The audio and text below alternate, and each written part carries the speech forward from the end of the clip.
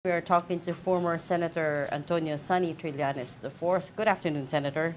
Good afternoon, Senator. Magandang Hi, hapon po Senator. sa inyong lahat. Yes, ma'am. Nasa ka ba ngayon, Senator? Nasa Manila na. Portugal. Karating lang natin. Ah, Yes. Sir, actually, that's what I wanted to confirm with you. Galing ka daw The Hague. Yes, galing po tayo doon. Meron po tayong mga engagements doon. So, marami tayong nalaman at marami rin tayong nagawa. Sir, ano nalaman ninyo?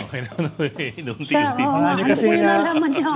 Marami kasing dumarating dito, Senator, na mga news eh. Lumabas sa Manila Times, at sa Manila Times ulit. Lumabas na. Nadapa daw yung dating Pangulo at nahanap unconscious, among other things. So, of course, these are things that are medyo confidential. But anyway, what have you discovered? On the birds daw, nabibigyan na ng interim release. Ganun ba mga balita? Oo. So, una muna dyan sa ukol dito sa sitwasyon, yung nilalabas na ilang beses daw na unconscious, na nakita, ako, I am not inclined to believe na nangyari yan. Dahil na-discuss sa akin extensively yung detention conditions doon.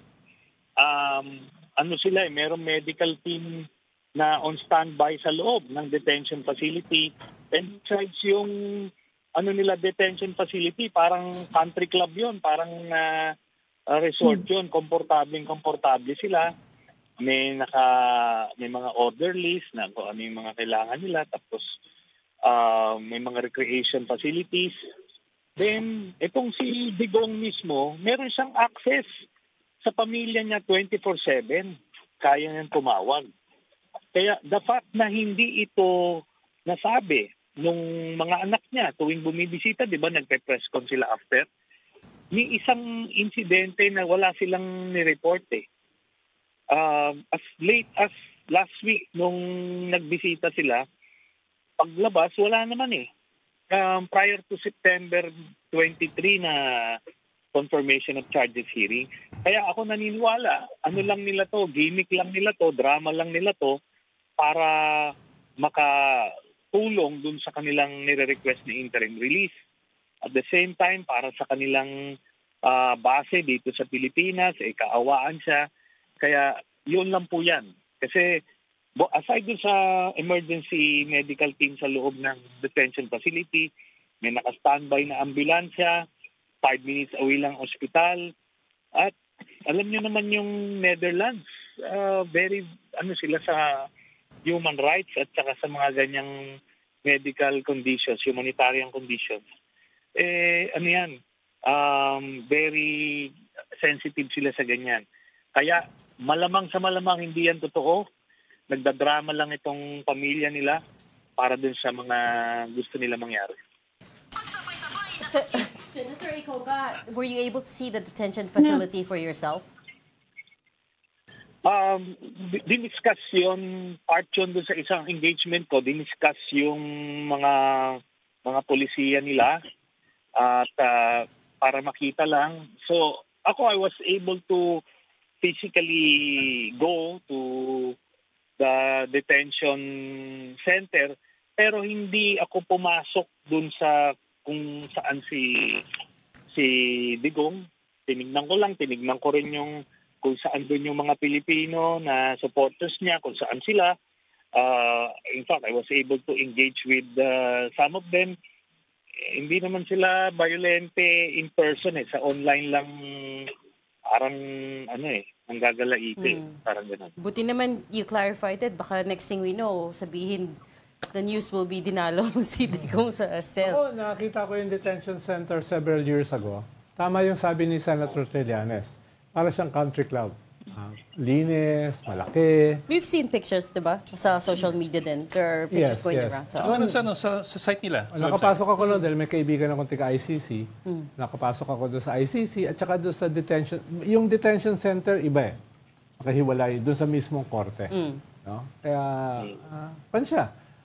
Kumbaga, kung wala kang kondo, pwede kang kumuha ng krimen at doon ka tumira.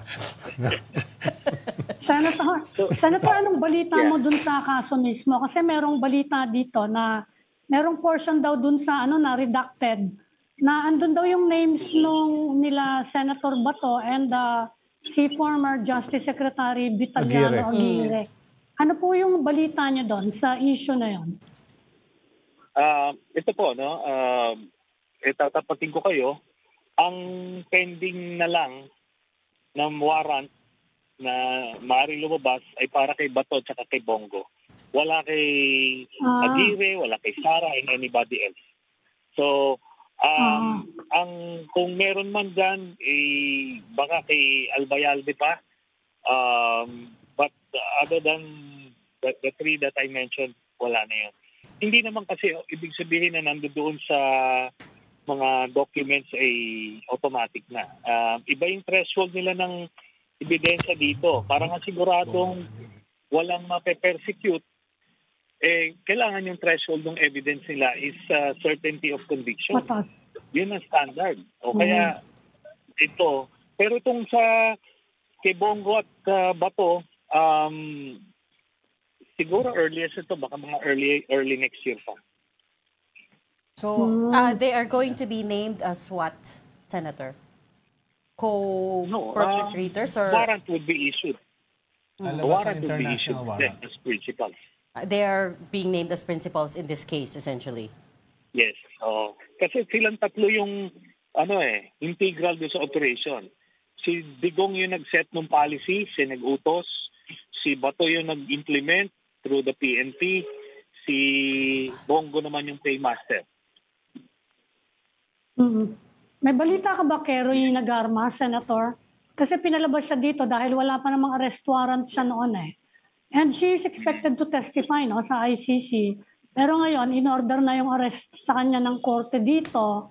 And merong mga nag-aalala na baka hindi na matuluyan yung kanyang testimony, which people think is critical para establish yung yung payoff, di ba? Yung pay system para doon sa yung reward system, para doon sa systematic nature ng crimes against humanity. May balita ba kayo about her? Yes. Very crucial, very substantial yung testimony ni Garma at magte-testify siya laban kay Duterte.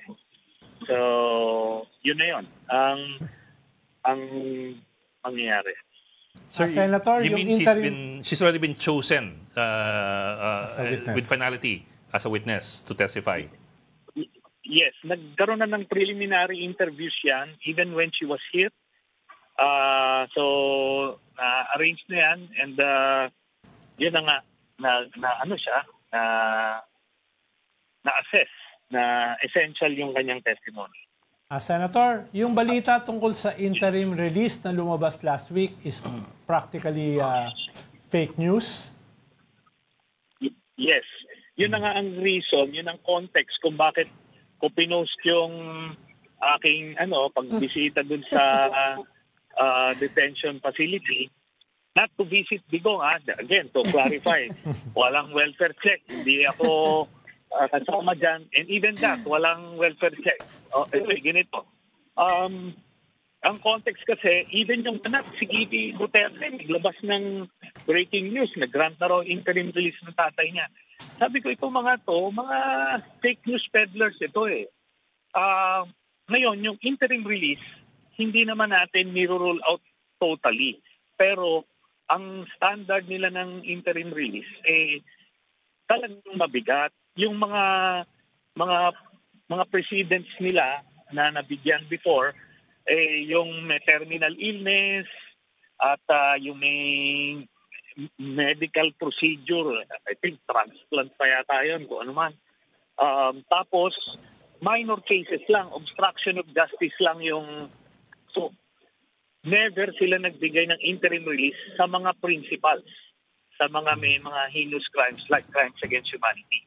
Kaya malabo yan. Then, yung sinasabi nilang uuwi dito at dito mag-house arrest ko ano man, hindi pwedeng mangyari yon kasi hindi tayo member ng ICC ang mga binibigyan lang nila ng mga mag-host lang, dapat ICC members. Tupan po din, tinanggal nila. Yeah. So, out na tayo doon. So yung mga bring him home resolution sa Senado, ng mga Duterte senators, pampaasa lang nila yan at dun sa mga pampalubag loob dun sa mga supporters sila, pero alam nilang hindi na mangyayari yan. Ngayon, yung mga host naman daw na meron na raw host, based sa aking last na nakalap na impormasyon, wala pang bansa na pumayag na mag-host sa kanya. Kaya, Yes, sir. Bakit lumalabas yung pangalan ng Netherlands, Senator? Sa issue na yan, bakit nagka-crop up yung name niya? Kay Harry Roque. pero kanino naman nang gagaling sa kanila eh. Kaya nasabi ko minsan dun sa mga mga reporters natin, sabi ko, huwag niyo naman kaagad i-embrace as totoo yung sinasabi nitong mga ito. Kasi ilang beses na itong nagsinungaling sa taong bayan eh. Tahasan itong mga to magsinungaling. Ito si VP Sara, the way she utters these words, parang totoo. Pero ilang time and again, ilan na ang beses natin na find out na sinungaling siya. So bakit natin sila papaniwalaan every time? Yun. Sir, balikan ko lang si Rowena Garma kasi yun nga so she's going to testify dapat with the ICC against Duterte, pero at the same time there's a warrant of arrest against her for the murder of Barayuga. So which one will take precedence and will the ICC try to negotiate some sort of a deal wherein she would be able to testify, and also is she already in the Netherlands? Is she in The Hague? Let's just say na she's in a safe place, no? Ang masasabi natin diyan, yung nangyari kay Mr. Las Cañas, no? Meron din siyang pending warrant, hinahabol siya noon nila Digong, nagpa-issue sila ng Interpol Red Notice, lahat-lahat. Pero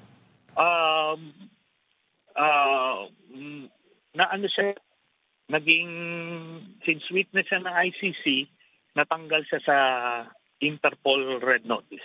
Kasi may cooperation agreement ang ICC with the Interpol. Alam nila na ginagamit ng mga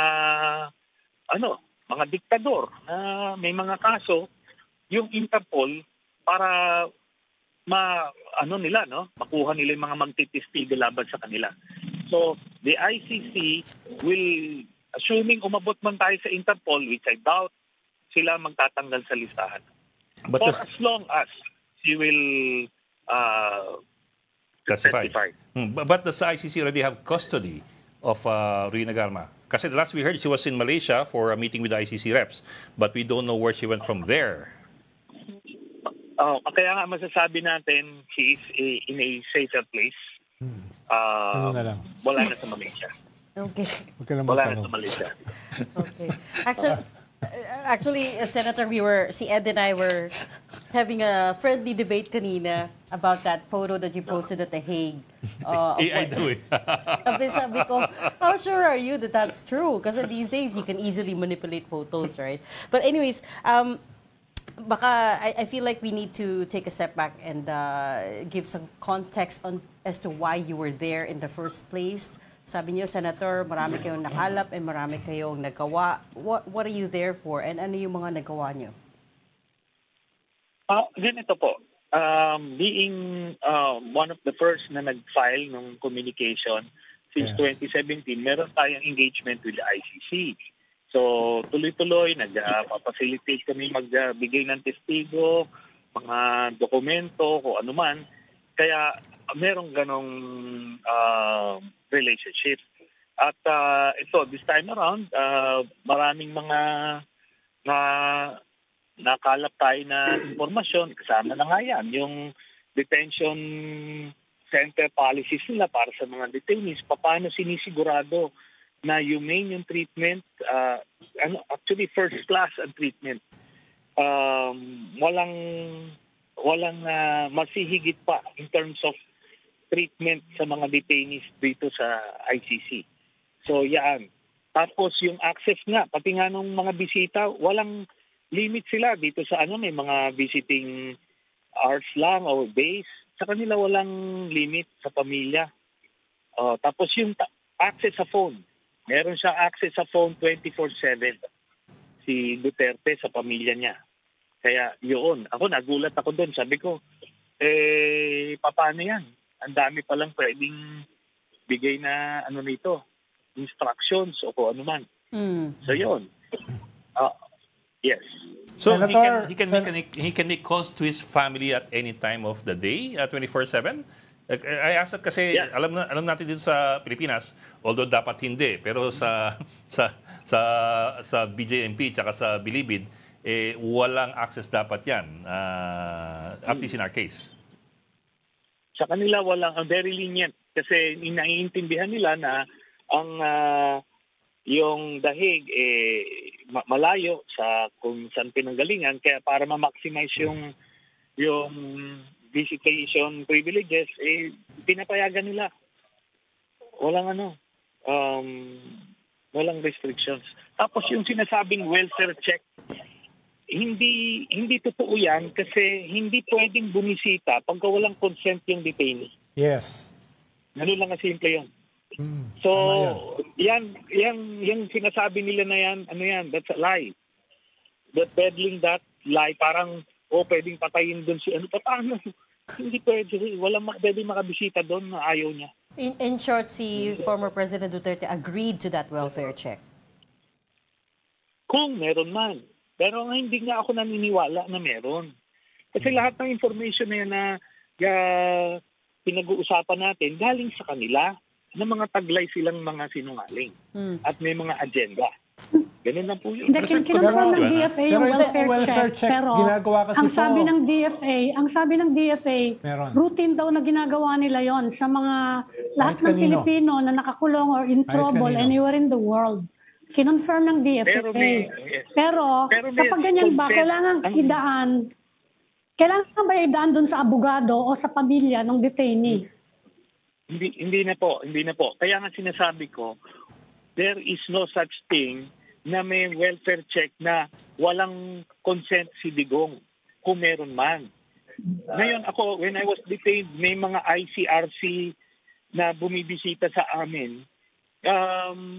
They can go direct without notifying the lawyers, pero yung mga custodians will ask us kung gusto namin silang tanggapin. It's your right to Saka refuse it. sila pwede pumasok. Oo, saka sila pwede pumasok. So, nabibisita kami ng ICRC every year. Yun, para ma-check yung condition namin. Pero ito, yung sinasabi nilang kung sino-sino daw pumapasok na walang hindi nangyari yan. That's a lie. Senator, on a different note, ay nabanggit nyo kanina na kayo yung pinakaunang nag-file ng communication sa ICC. Sama nyo pa nga yata nun si Attorney Sabio. Are you at liberty para sabihin, para lang maalala ng ating mga tigapakinig, kung sino yung isinama nyo doon sa communication na yon ng mga prominent personalities ng Duterte administration at that time? Actually, collectively, kasi kasama namin, nung nag-file kami ni Congressman Alejano, aabot na mga 30 personalities yon, police and mga political personalities. Pero since nagtaas na ng standard ng threshold of evidence yung Office of the Prosecutor, ito na ngayon, malilimit na lang sa 3. Yes. Tapos yung iba, kakasuhan na lang locally ng ating Republic Act 9851 para yun na yung mga subordinate officials, sila na lang kakasuhan doon. Originally kasi may nakita akong pangalan ng isang senador na senador ngayon doon sa listahan nyo. Yes. Marami yun. Sino yun? Sino yung senador pa rin ngayon? Si Cayetano, na sama namin siya. Oo. Sa complaint nyo, Tapos sir? yan, si Bo. Yes, oo. O, tapos, in fact, pati si Senator Gordon, nasama namin yon. Kasi sila yung nag-whitewash nung Defend. nag-iimbestiga Oo. So, kumbaga, functions because of the state. Kaya, yun. Bok, pahabol ako isa pa. Sir, if you don't mind, kakambi lang ng konti. Kasi nung nakaraang linggo, ang daming mga bali-balita ng withdrawal support nung September 21 na naudlot daw. Di ba, Ronald? Yeah. So, ang tanong ko po, I'm wondering lang if you've been hearing anything on the ground. Wait. So, before you move on, can I close the loop on the Duterte? Sige. Sorry, Sen, what do you know about yung confirmation of charges hearing? Of course, at this point, it was postponed indefinitely. I wonder if may narinig kayo about it. Ongoing yung medical evaluation niya. Kasi they were citing cognitive decline, kung ano-ano. So, the ICC pre-trial judges have appointed yung mga doktor to assess independently kung ano talaga yung kondisyon. At marami silang makikita nila yung demeanor kasi yung nag-engage siya doon may mga nag-o-observe doon mga orderlies o kung sino-sino mga custodians, nakikita lahat yun. Anyway, after that, baka matapos yan within this month, then immediately is-accept nila. So, hopefully, baka November na tong confirmation of charges hearing. Did you get a sense one way or the other whether the court believes that he is in cognitive decline? Meron bang indication na ganun?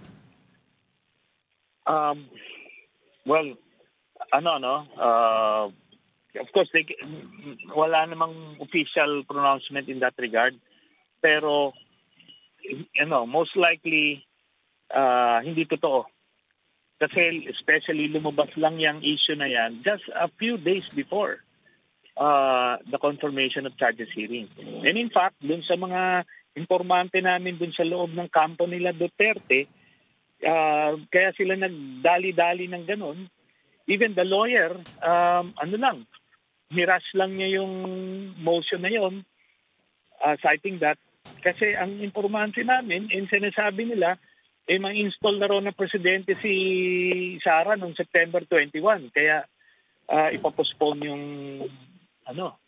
confirmation of charges hearing ng September 23. Yun. So in a way, konektado yun dun sa mga dalawan, yung mga rumors regarding Okay. Sir. Yun yung segue. Sundutin ko na yung sinabi ninyo. So, what information did you get about the September 21 thing? All these reports going around of failed withdrawal support.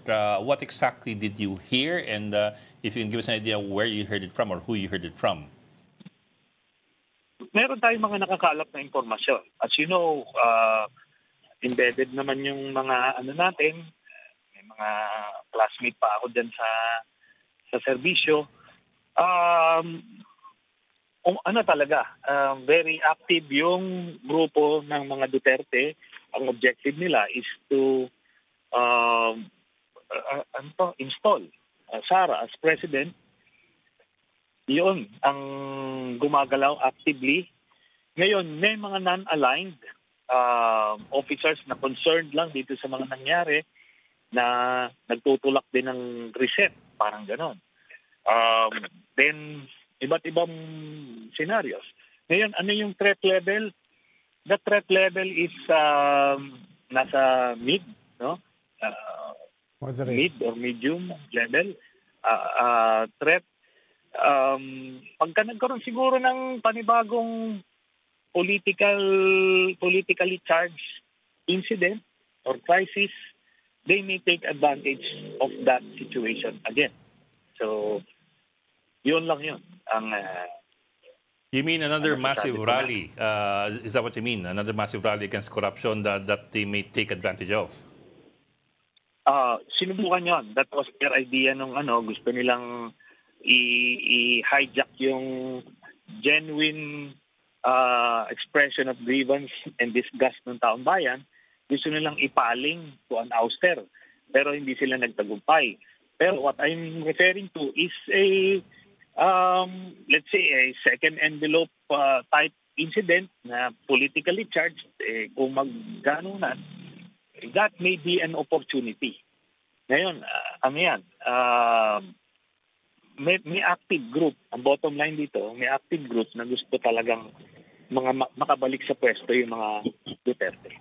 But how high is that, sir? How high up? Kasi, you know, di ba, you don't naman need to cover all the bases. You just need to cover the right bases for you to get a successful operation going.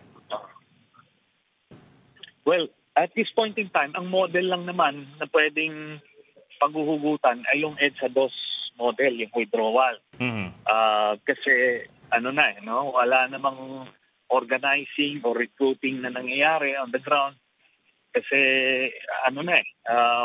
bukod sa they don't have time, wala namang gumagawa, walang makagawa. Ganun. So, ito na lang ang tinitignan nila. That's what they're hoping for. Kaya tuloy-tuloy ang pangliligaw nila dun sa mga AFP leadership. Pero, hindi naman sila binibigyan ng atensyon. The AFP is focused on the security concerns. At lang yan, parang side distraction lang yan. However, having said that, kung magkakaroon ng political impasse, they will be forced to confront that issue. And probably they will cross the bridge when they get there. Depende yun. Pero ang nahagip natin, ayaw kay Sara, by and large, ng AFP. Pero sir, same time kasi you said kanina na merong non-aligned officers who are concerned sa mga nangyari at nagtutulak ng reset. When you say reset kasi, I suppose by that you mean start from scratch or start from zero politically. And kumbaga, yes. Okay. Burado lahat ng nasa, well, maybe that's the wrong word. Tanggal lahat. Ika-clarify ko lang, Eda, mga retired. Sa mga active, walang passive yung mga active officers. Hindi sila gumagalaw either way. Pero yung mga retired, merong grupo nila Duterte, merong retired na mga non-aligned, yun ang nire-refer ko. So this active group, Senator, yung sinasabi mo gusto talaga maibalik sila Duterte, how big are they or how influential are they? May mga sila, dati silang mga general din. Pero iba na yung mindset ng mga active officers. Once nag-retire na yan, okay, they will respect them as senior officers, retirees, pero they cannot command them anymore. Ultimately, it's going to be their call. And sa ngayon, they're loyal to the Constitution and the chain of command. Okay. Yes. Okay. Sir, sorry, balikan ko lang kasi earlier you were making references kasi to meron pa kayong mga active duty na classmates So I'm coming from that when I ask you that question whether or not there is an active attempt within the active service to either put Sara in place or to have a reset. Kasi from your earlier pronouncements na you were making references to your classmates who are still in the service, I had that impression that hindi lang yung mga retired ang pinag-uusapan natin, pero as well, meron pa mga nasa active duty. Okay. Ganito, iba kasing levels Kung ang model mo yung withdrawal of support, yes, sir. Yung top level of leadership lang ang makakapag-decide niyan. Yes, sir. Sa experience natin. Wala sila sa ganong level. Pero ito, mga sympathetic lang. Alam mo yon yung kahit vocal sila, pero they are not in a position to withdraw any support kasi pagka hindi yung buong leadership yung nag-withdraw, hindi, katapusin yan. Just like what happened in 2006, sabi nila yung chief of staff, umokay na, pero yung ibang service commanders nag-waiver, So hindi natuloy. So it has to be united. So yung mga ibang nasa fringes, they cannot. They won't move until ano yan, yung buong leadership ang magsasabi. And the whole AFP leadership will not withdraw support unless talagang makikita mo, mararamdaman mo naman yan kung untenable yung situation. At sa ngayon, malayo pa tayo doon, but we're not ruling that out. Okay. So the threat level at this point remains medium. Moderate. Pero sir, kasi bumaba na sa ulit sa low. Kasi na sumingaw na eh. Nagkaroon ng cathartic effect yung September 21 rallies. So, bumaba na ngayon sa low. Oo. Pero, sabi ko sa mga ganyang bagay, ikuha mo sa, you have to play it safe. You have to acknowledge the higher assessment. Senator, may genuine concern pa ba sa military, sa corruption? Kasi kayo noon, nag-mutiny kayo noon. Lagi niyong binabanggit yung corruption sa military eh. Ito ngayon, mukhang buong gobyerno na natin yung corruption. Naapektuhan ba yung military ngayon, sa ngayon? Is it a big issue for them? Well, of course, especially now sa social media, they don't operate in a vacuum. So nararamdaman nila yan. Pero sa AFP per se, nabago na yung culture, wala na yung ganong passive corruption, yung mga pabaon, mga napag-iiwanan yung mga sundalo. Hindi. Ngayon, everybody is taken care of. Kaya, yon, yung internal causes for a military intervention, wala. Yung external, yan yung titignan natin sa, kung gaano pa lumala itong situation. So, yun po yun. Okay. Sir, kasi when you gave the assessment na moderate na lang yung threat level ngayon, kasi iba, baka iba sa inyo yung moderate versus sa amin eh. Baka sa inyo ibang ibig sabihin ng moderate Siguro yung tanong mo ay, anong ibig sabihin ng moderate? Mataas yun. Ang threat level is ganon, mataas yun.